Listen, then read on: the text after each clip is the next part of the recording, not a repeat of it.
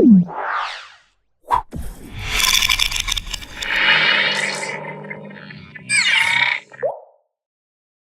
Hello నమస్తే, welcome back to our channel. ఈరోజు మనతో ఉన్నారు డాక్టర్ శ్రీ ఆచార్య అనంతకృష్ణ స్వామి గారు. గురువుగారితో మాట్లాడతాం.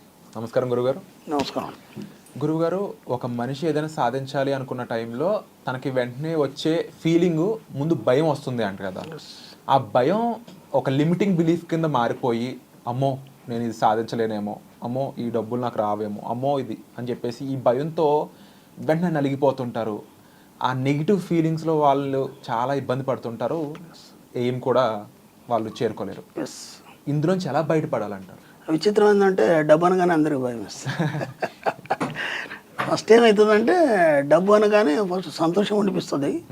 ఆ తర్వాత డబ్బు పొందాలనుకున్నప్పుడు మాత్రం భయం వేస్తుంది. ఎందుకంటే చాలామంది విషయంలో జరిగేది ఏంటంటే, ఇప్పుడు నేను క్లాస్లో స్టూడెంట్స్కి అడుగుతాను, మీకు ఎంత డబ్బు కావాలని.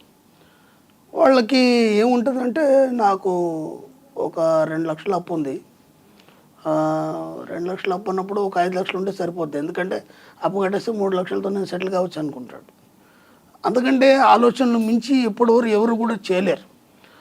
ఒక బిజినెస్ మ్యాగ్నెట్ ఉన్నాడు, ఒక 10 లక్షలు ఒక 50 లక్షలు కావాలనుకుంటాడు. ఇంకా కొద్దిగా ఒక కంపెనీ లెవెల్ ఆలోచించినప్పుడు 1 కోటో 2 కోటో 5 కోట్లో కావాలనుకుంటాడు.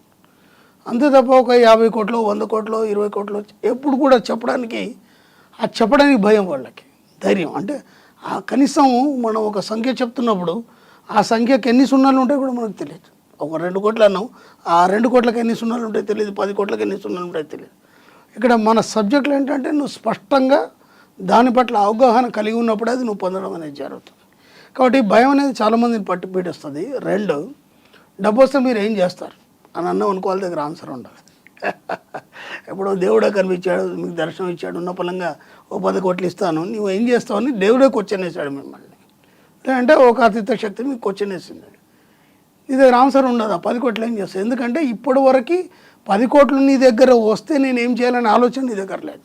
అంటే ఏనాడు కూడా ఒక 10 కోట్ల గురించి నువ్వు ఆలోచించలేదు. ఇప్పుడు ఉన్నప్పుడు నాకు క్వశ్చన్ వేసరికి ఏం చేయాలో నీకు అర్థం కాదు. కాబట్టి డబ్బు అంటే చాలామందికి భయం.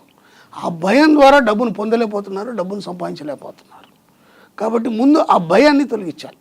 డబ్బు అనే దాంట్లో మీకు ఎక్కడైతే భయం అవుతుందో, డబ్బు గురించి ఆలోచించడానికి కానీ ఊహించడానికి కానీ ఆ భయాన్ని తొలగిస్తే ఆటోమేటిక్గా డబ్బు రావడం అనేది మొదలవుతుంది. ఎలా తొలగించాలనేది మనం క్లాస్లో చెప్తాం. తప్పకుండా గురువుగారు. అయితే ప్రతి మనిషికి కూడా ఫీలింగ్స్ అనేవి కామన్. పరిస్థితులను బట్టి ఆ ఫీలింగ్స్ మారుతూ ఉంటాయి. ఇప్పుడు మనం భయం, నెగిటివ్ ఫీలింగ్ బాగానే మాట్లాడుకున్నాము. అలాగే పాజిటివ్ ఫీలింగ్స్ కూడా ఉంటాయి. కానీ చాలామంది వాళ్ళకి వచ్చే పాజిటివ్ వైబ్స్ని, పాజిటివ్ ఫీలింగ్స్ని ఉపయోగించుకోలేకపోతుంటారు. దాన్ని కూడా నీట్గా మార్చుకునే కొంతమంది కూడా ఉన్నారని చెప్పాలి. నిజంగా పాజిటివ్ ఫీలింగ్స్, పాజిటివ్ సిచ్యువేషన్లో మనం ఉన్నప్పుడు దాన్ని ఇంకా డబల్ ట్రిపుల్ ఎలా చేసుకోవాలి, దాన్ని పూర్తి జీవితానికి మనం ఎలా అన్వయం చేసుకోవాలంటారు? ఓ పిల్లాడు ఉన్నాడు, అమ్మ తయారు చేసి స్కూల్కి పంపిస్తుంది. పిల్లాన్ని పంపిస్తూ చెప్తుంది కదా, జాగ్రత్త, ఆ మూల మలుపు దగ్గర జాగ్రత్త, లేదంటే స్కూల్లో ఎవరితో గొడవ పెట్టుకోకు, నువ్వు ఏది ఎవరికి ఇవ్వకు, నువ్వే తినాలి, జాగ్రత్త. ఇవన్నీ మీకు పాజిటివ్గా కనిపిస్తున్నాయి, కానీ అవన్నీ నెగిటివ్స్. ఇందాక మీరు అడిగారు, మన పాజిటివ్ని కూడా నెగిటివ్గా మార్చుకుంటాం మనం అనేది ఇదే. ఇప్పుడు వాడు ఉదయం లేవగానే వాడు మైండ్ ఏముంటుందంటే, నేను తొందరగా స్కూల్కి వెళ్ళిపోవాలి, అక్కడ మా ఫ్రెండ్స్ ఉంటారు, వాళ్ళతో నేను సరదాగా ఉండాలి, ఏమేమి హోంవర్క్ నేను రెడీ చేసుకున్నాను, టీచర్ అడగని నేను చెప్పాలి. ఒక హెల్తీ మైండ్తో ఉంటాడు వాడు. ఆ వెళ్ళే మూమెంట్లో మనం ఇవన్నీ జాగ్రత్తలు చెప్పేసరి కంటే వాడు సబ్కాన్షియస్ మైండ్ దెబ్బతింటుంది. ఇప్పుడు ఏమైపోతుంది, వాడు బాగానే ఉంటాడు, సరిగ్గా మూల మలుపు దగ్గర అమ్మ చెప్పింది గుర్తుకొస్తుంది. ఆ జాగ్రత్తలో ఏదో చిన్న తేడా వచ్చి వాడికి ఏదో చిన్న దెబ్బ తగలడం కానీ పడడం కానీ జరుగుతుంది. నువ్వేమీ చెప్పలేదు, వాడు సబ్కాన్షియస్ మైండ్ ఫ్రీగా ఉంది, ఈజీగా వెళ్ళిపోతాడు, ఈజీగా వచ్చేస్తాడు. కాబట్టి ఎక్కడ కూడా మనం ఏం చేస్తామంటే, మీరు అన్నట్టుగానే ప్రతి దగ్గర కూడా మనం దాన్ని పాజిటివ్ అనుకొని నెగిటివ్గా మార్చుకుంటాం. కాబట్టి ఇక్కడ విచిత్రం జరుగుతుందంటే, అది ఎందుకు జరిగింది, అలా ఎందుకు జరిగిందంటే, మీకు బుద్ధి తెలిసినప్పటి నుంచి ఇప్పటి వరకు సమాజం నుంచి మ్యాక్సిమం పాజిటివ్ అనుకొని నెగిటివ్నే నేర్చుకున్నాం మనం. కాబట్టి అది పాతుకుపోయింది సబ్కాన్షియస్ మైండ్లో. అది మీరు ఎంత బాగా ఆలోచించినా, ఎంత మనం పాజిటివ్గా పోదామన్నా సరే, అది నెగిటివ్ వైపే ప్రయాణం చేయడం అనేది జరుగుతుంది. కాబట్టి దాన్ని మార్చాలన్నప్పుడు ఆ యొక్క సబ్కాన్షియస్ మైండ్లో డిజైన్ని మార్చాలి పూర్తిగా. ఆ డిజైన్ని మార్చాలంటే దానికి మనం ముందు బ్రెయిన్ ట్రైన్ చేయాలి.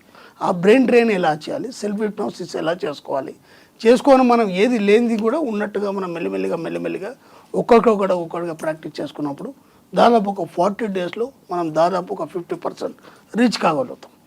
ఆ తర్వాత ఇంకేమైనా డిస్టర్బెన్స్ వస్తే దాన్ని ఎలా అధిగమించాలనేది మనం క్లాస్లో చెప్పడం జరుగుతుంది. తప్పకుండా గురువుగారు. మరొకసారి ఆ క్లాసెస్ అనేవి డేట్స్ అవి అంటే కాస్త డీటెయిల్స్ మా కోసం మన ఆడియన్స్ కోసం షేర్ చేస్తారు. ఓకేనండి. ఇప్పుడు మనకి ఈ 2024 అండి, మనకి 15th సెప్టెంబర్ వచ్చి మనకి రాజమండ్రిలో ఉంటుందండి. అలాగే 22nd సెప్టెంబర్ వచ్చి మనం రెగ్యులర్ క్లాస్ మళ్ళీ హైదరాబాద్లో ఉంటుంది. అలాగే 29th సెప్టెంబర్ వచ్చి మనకి అనంతపూర్లో ఉంటుంది. 6th అక్టోబర్ వచ్చి మనకి విజయవాడలో ఉంటుంది. అలాగే 27th అక్టోబర్ వచ్చి మనకి బెంగళూరులో ఉంటుంది. వీలైనంత తొందరగా మనం ఎన్రోల్ చేసుకోండి, ఎందుకంటే రష్గా ఉన్నాయి క్లాసెస్, జనాలు చాలా పెరిగారు, అందరికీ డబ్బు మీద అవగాహన వచ్చింది, దాంతోపాటు సంపాదించాలనే కసి వచ్చింది.